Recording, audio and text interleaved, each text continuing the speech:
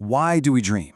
You know, it's a question that feels super personal, but at the same time, it's this huge, universal mystery. And believe it or not, it's a puzzle we humans have been trying to piece together for thousands of years. I mean, think about it. This isn't a new question. We're talking way, way back in the 3rd millennium BCE. Mesopotamian kings were writing down their dreams, trying to figure them out on wax tablets. Fast forward 1,000 years and you've got the ancient Egyptians with a whole dream book with meanings for over 100 different dreams. And here we are today with all our incredible science, and we're still on that same quest.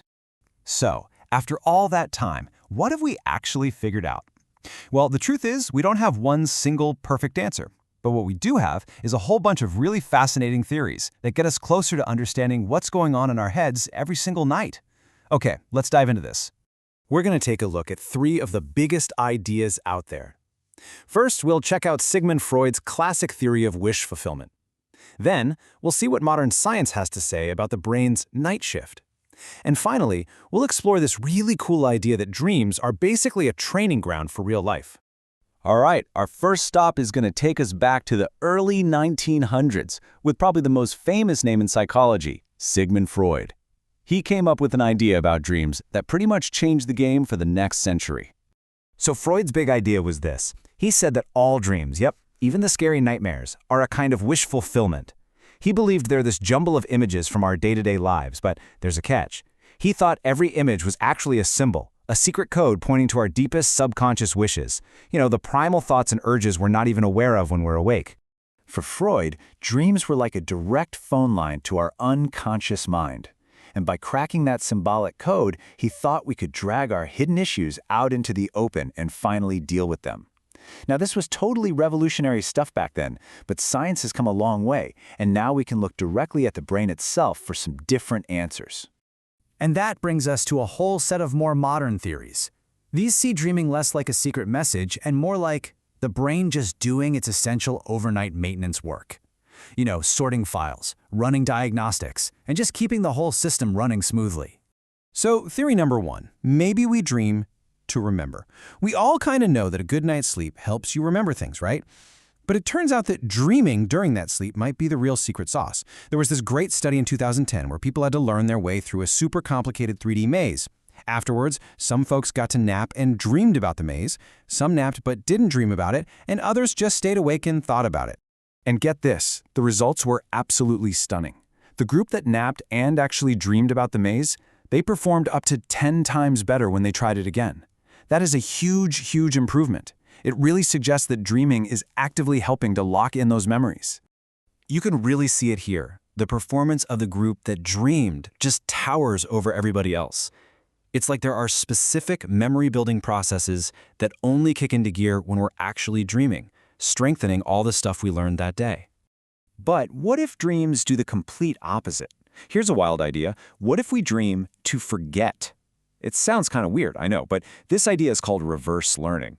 The theory goes way back to 1983, and it suggests that when we're in that deep REM sleep, our brain is busy reviewing all the millions of connections it made during the day. Essentially, your brain is doing a nightly cleanup, pruning away all the connections it doesn't think are important. Because without that, our minds could get totally bogged down by useless information and, well, parasitic thoughts, which would make it really hard to think straight the next day.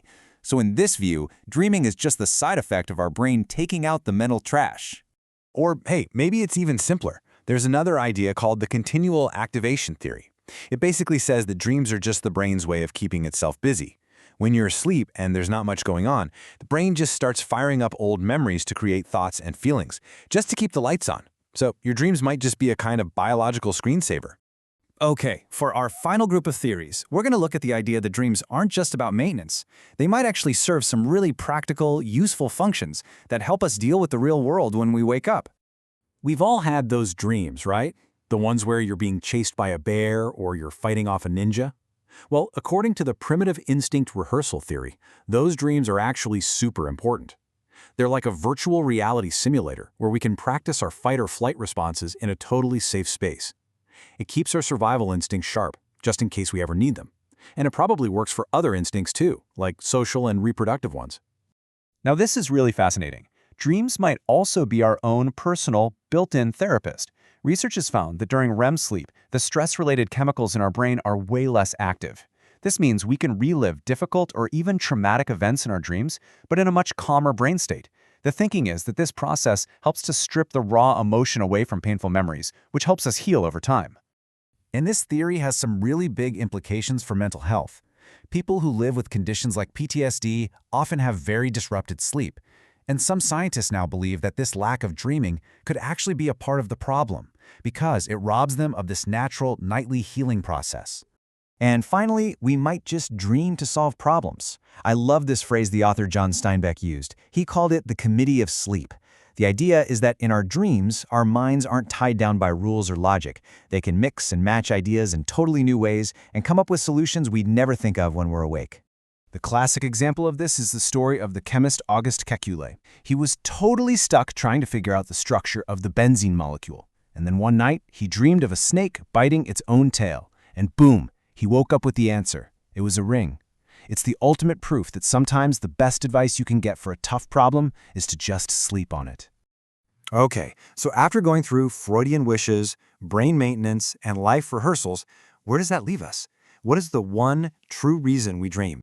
Well, the honest-to-goodness truth is, we still don't know for sure. And it's very possible that dreams don't have just one job, but a whole bunch of them. Maybe they're doing all of these things at once, storing memories, cleaning out junk, and training us for the future, all while we're just along for the wild ride. As our technology for understanding the brain gets better and better, we might one day have that final answer.